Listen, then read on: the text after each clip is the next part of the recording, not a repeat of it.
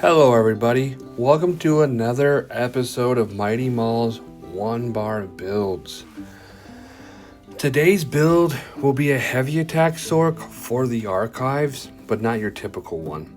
Let's start with number one set, which is Hatchling Shell. This set provides a damage shield for 6 seconds. This comes out of Shadowfend, and I'm putting a hardened enchantment, and the trait will be infused. This trait will increase the cooldown, or decrease the cooldown, and increase the damage shield off the enchantment. We have a one-piece Magma Incarnate heavy, just to provide us some more recoveries for mag and stam. Then we have Brands of Imperium for our next 5-piece set. This set comes out of White Gold Tower.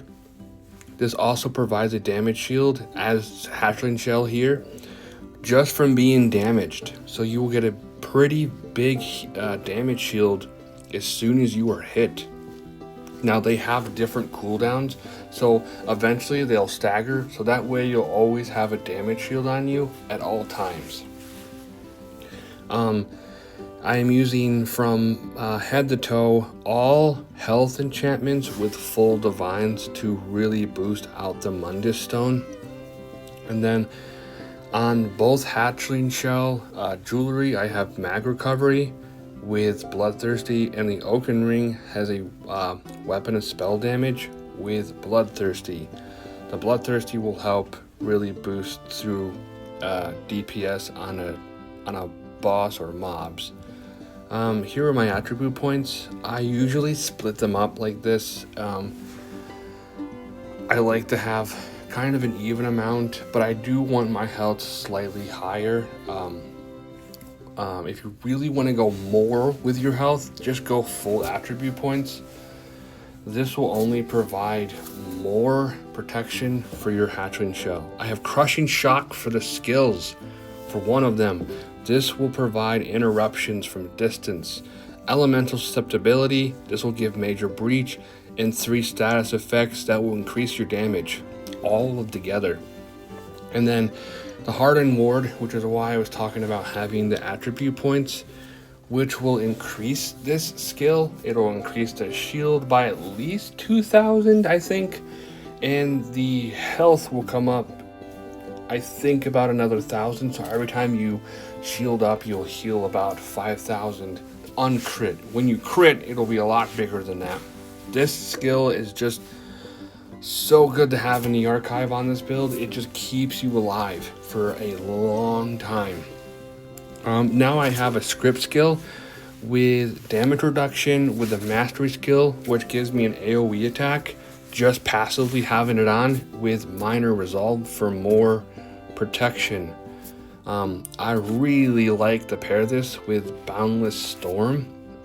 This is another AoE attack. The two of them together just make a really nice buildup of damage. When there's enemies around you, it just clears them out. And then for the ultimate, I have Reviving Barrier, my bad.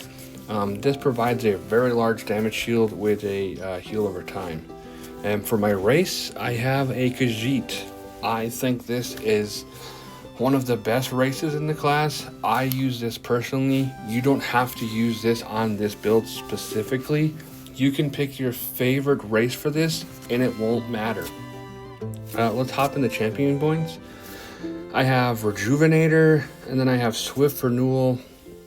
You will see when I get in. I'm going to go into the Skyreach Catacombs to demonstrate this build, why I have this on. This just gives you a 10% healing done on all your dots. And then I have Weapons Expert. This will just provide 20% on your heavy attacks, since we're not using Sergeant's Mail, which is a typical heavy attack Sorc set. And then I have Reaving Blows. This will only provide more heals on top of this when I use Crushing Shock. And then I have Shield Master to reduce Hardened Ward, Bastion to increase all of our shields, Rejuvenation for recovery, and Fortified for more armor. And then we're going to talk about the food. The food, it doesn't really matter. I'm using Purifying Bloody Mara. I'm not a vampire on this build, although if you wanted to, you could. I don't recommend it. It will increase your skills. We already have the banner on, which makes it stronger in the sense of your recovery is just lower. And then I have this to kind of offset the banner. I have the Actronaut for more recovery. Now I'm just going to go into the Skyreach catacombs just to demonstrate how the build works and what you should do when you're in the archives. While I'm getting beat up, I can totally just describe everything and how awesome this build is.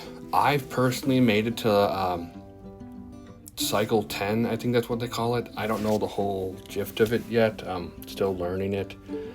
But this is gonna gather up all the enemies. You can already see that one of my damage shields from being hit already went off. I'm just gonna gather them all up, and then as I'm being beat up, I will explain how this build works. Real quick, I'm gonna do a heavy attack, and then boom, you can see that this actually doesn't lack that much damage. It's actually pretty decent. My health is barely getting touched. I'm being stunned. I'm standing in a boatload of AoE that is just giving so much damage. You can see that my heal over time is just out of this world. It's crazy. This is a DPS, a tank, and a self-healer all in one build. Now when you're in the archives, I have messed around with the visions and the verses. When you're in the higher ones, you're going to want to go more defensive, but when you're in the early ones, you really want to go for damage. Now there is one in there, I do not remember the name of it at the top of my head, but this vision will, or verse, sorry, this verse will increase your enchantment, which is your damage shield. I've actually had a bunch of them stack, because you can get them to stack. That's how they come. And my damage shield was like 15k off of my enchantment, which is just bonkers. I'm just gonna finish up this last enemy, and then there you go. I had no problem doing that. I really hope you guys build this and enjoy it and get really far in the archives. I will see you guys in the next video. Goodbye for now, everybody. Enjoy.